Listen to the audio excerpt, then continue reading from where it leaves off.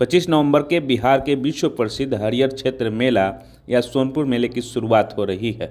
अपने धार्मिक महत्व के अलावा यह एशिया का सबसे बड़ा पशु मेला भी है और बिहार की ग्रामीण सभ्यता और संस्कृति का आईना भी है।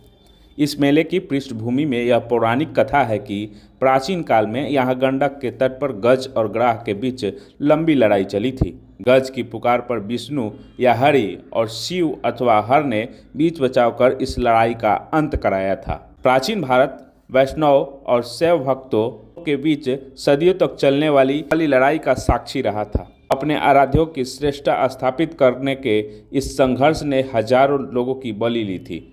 इसकी समाप्ति के लिए गुप्त वंश के शासन काल में कार्तिक पूर्णिमा को वैष्णव और शैव आचार्यों का एक विराट सम्मेलन सोनपुर के गंडक तट पर आयोजित किया गया। यह सम्मेलन दोनों संप्रदायों के बीच समन्वय की विराट कोशिश साबित हुई, जिसमें विष्णु और शिव दोनों को ईश्वर के दो रूप मानकर विवाद का सदा के लिए अंत कर दिया गया।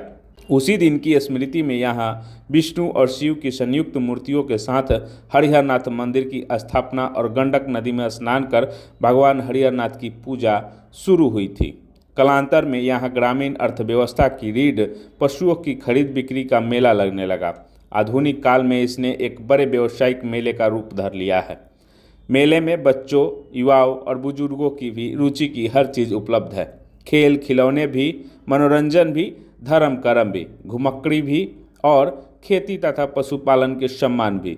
पिछले 1500 सालों तक बिहार की ग्रामीण संस्कृति और ग्रामीण कला तथा शिल्प का प्रतिनिधित्व करने वाले हरिहर क्षेत्र मेले का अब शहरीकरण होने लगा है।